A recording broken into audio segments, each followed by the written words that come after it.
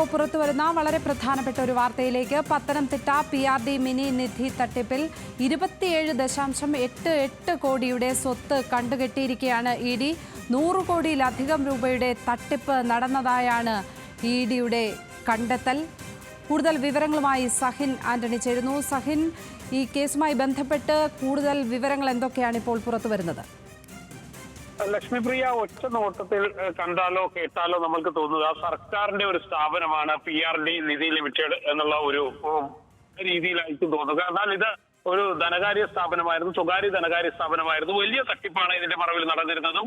100 കോടി രൂപയുടെ തട്ടിപ്പ് കേരളത്തിന്റെ അങ്ങോളം ഇങ്ങോളമായി 25ഓളം ബ്രാഞ്ചുകളിൽ നിന്നാണ് ഇത്തരത്തിലുള്ള ഒരു തട്ടിപ്പ് നടന്നിരുന്നത്. കഴിഞ്ഞ 17-ാം തീയതി മെയ് 17-ാം തീയതി ഇതിന്റെ ഉടമകളെ എൻഫോഴ്സ്മെന്റ് ഡയറക്ടറേറ്റ് അറസ്റ്റ് ചെയ്യുകയും ചെയ്തിരുന്നു. എന്നാൽ ഇപ്പോൾ എൻഫോഴ്സ്മെന്റ് ഡയറക്ടറേറ്റ് മറ്റൊരു നടപടിയിലേക്ക് കൂടി കടന്നിരിക്കുകയാണ്. 28 കോടി രൂപ വരുന്ന ഇവരുടെ സ്വത്ത് എൻഫോഴ്സ്മെന്റ് ഡയറക്ടറേറ്റ് കണ്ടുകെട്ടിയിട്ടുണ്ട്.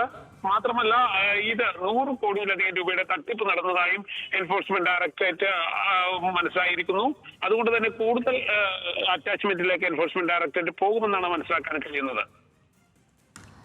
സഹിൻ ആന്റണിയാണ് വിശദാംശങ്ങൾ പങ്കുവച്ചത്. പത്തനംതിട്ട PRD മിനി നിധി തട്ടിപ്പിൽ 27.88 കോടിയുടെ സ്വത്ത് കണ്ടുകെട്ടിയിരിക്കുന്നു ED.